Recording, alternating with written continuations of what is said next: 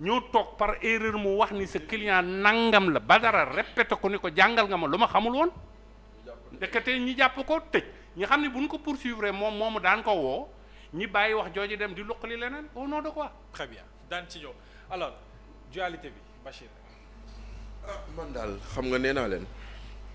damay bëgg ne. c'est que li may doon wax yëpp ci jafe-jafe yi Sénégal di dund. j'ai envie de demander est-ce que war na am jotu évidemment du war a tàbbi ci ay këral. moo tax fa laa doon bëgg a dem. oui c'est-à-dire que xam nga man je pars d'un principe simple xam nga grand bi enquêteur la quand un enquêteur fait un travail de bonne foi il estime que l'enquêteur a fait lu mu waroon def donc ñu ni tamit de bonne foi bu journaliste waxee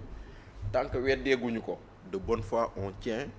on croit à ce qu'il a dit n'est-ce pas fii këréel buñ ñu bëgg a teg indil ñu ko ne mooy la raison fondamentale de mbiccoo mbaalo bii am te ku déglu doyen lu mu wax Médoune te semaine passée maa ngi leen koy wax fii nee naa leen le Sénégal fait face à 5 crises fii laa ko wax semaine passée une crise économique sans précédent une crise sociale terrible une crise judiciaire parce que aujourd'hui tey rek gis naa UMS di tontu maître Moussa Bocar Thiam bi plainte le juge d'instruction du pôle financier par rapport au traitement du cas Farba ñoom ñu ngi dénoncer di condamner l'ajustement de maître Moussa Bocar Thiam donc bu ñu demee toog ba tey jii nii ñu toog UMS di wax di tontu te démb ak barki démb ñu wax leen fi lu ne tontu wuñu mu jaral seen président mu dem toog télé di expliquer mu jaral le juge Yakham Keita dem toog jàkkaarloog Maïmouna Ndour Faye le même juge qui avait une page Facebook bu nga xam ne da doon tàgg Ousmane Sonko buñ ko fàtte fii la amoon donc ñooñu noonu ñëpp bu ñu toogee di wax on est dans une crise judiciaire donc crise économique crise sociale crise judiciaire crise sécuritaire grand bi xam na bu baax il a beaucoup travaillé dans le renseignement il sait ce qui se passe dans ce pays maintenant aujourd'hui quand on veut nous amener à une crise politique cette crise politique là à la limite c'est de la diversion. Ah ouais parce que la raison fondamentale de cette crise tegaguñ ko ci table bi ndaxte ma di war a jiite nu mu tuddati di war a jiite coalition di warta ko jiite loolu warta jot xuloo mais justement parce que warta jar xuloo xam nga tax warta jar xuloo kii ne coalition bii diw moo ko war a jiite moo ne woon démb gëwuma coalition moo ne woon démb faalewuma coalition bi élection jot na ci sama turu bopp lay demee ah Omar ku demee ci turu boppam ah def liste boppam ne yéen waa coalition bu ngeen ñëwee baax na bu ngeen ñëwul dinaa dem buñ toogee ba tey ñu naan ku war a jiite coalition boobu la ñuy xëccoo waxuñu ñu lu am waaw waxuñu ñu lu am donc la crise si elle existe elle est ailleurs ou elle a d'autres motivations te loolu nag bu boobaa da ngay dellu si lu ma la doon wax maanaam bu sa mbokk journaliste waxee te kenn weddiwu ko tu donnes foi à ce qu'il a dit te mbokk mi ma jàmbal la am na lu mu ñu tegal ci table bi te kenn weddeegu ko déglu leen lu mu ñu waxoon lu mu wax lu mu wax lu yéem la yow nga toog nga ne on remet en cause la participation du ministre de l'Intérieur élément central du dispositif de sécurité dans ce pays dans sa participation au Conseil national de sécurité amul communiqué amul démenti amul dara lu toll noonu grand bi xam na luy Conseil national de sécurité waaw on remet en cause ñu ne le ministre de l'Intérieur dem nañ ba di remettre en cause sa participation foofu noonu mu ne la Conseil des ministres dafa am ministres yi ñëw ñu taxaw di leen fouiller xam nga tegal sa téléphone garaawul parce que loolu xam nañ ko présidence ku fay dugg teg sa téléphone. waaw mais ñu leen di fouiller xool ndax amul dispositif d'écoute amul weddi. c'est quand même grave. kenn waxu ci dara. cey ma jàmbal. mu ne la damaa yëkkati ab document jébbal ko ministre de la défense kooku jébbal ko président de la république ci document bi ñu ciy wax ay agissements du premier ministre par rapport à des rebelles et par rapport à des djihadistes ba léegi kenn waxul kon nag ça c'est une question de sécurité nationale c'est une question très profonde. J'aimerais bien que ñu tontu ñu ci loolu. Mais justement, mais nous voudrions, mais justement, nous voudrions,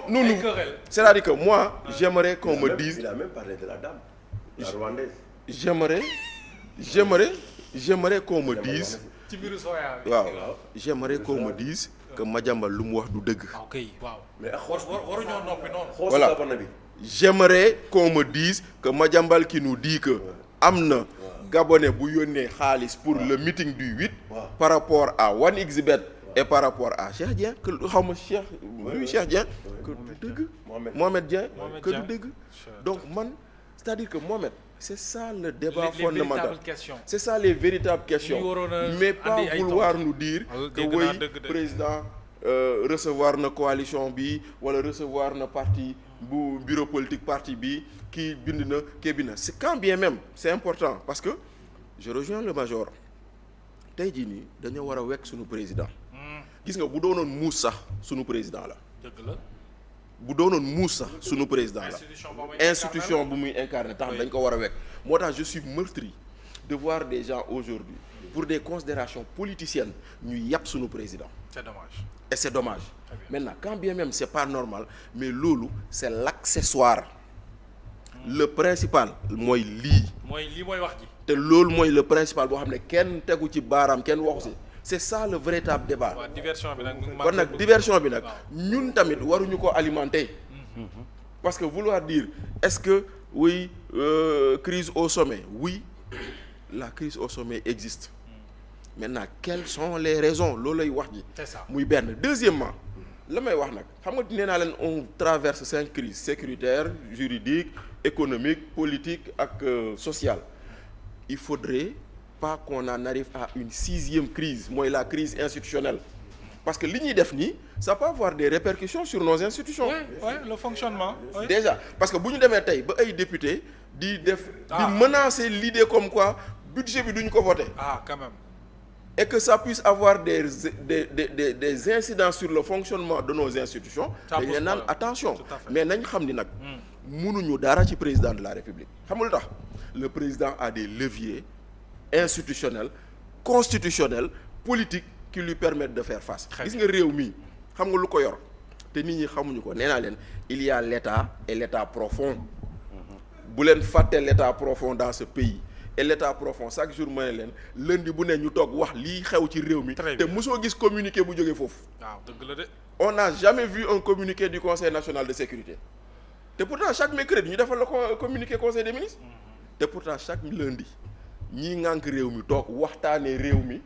jël ay décisions yoo xam ne dañ ciy tënk président très bien des fois le président veut faire une chose ñu ne ko doo ko fi def te ñooñu lu ñu wax lay def des fois le président annonce des choses yoo xam ne moom waxu ko dañ ko waxloo c'est ça l'état profond et ça là ça existe dans ce pays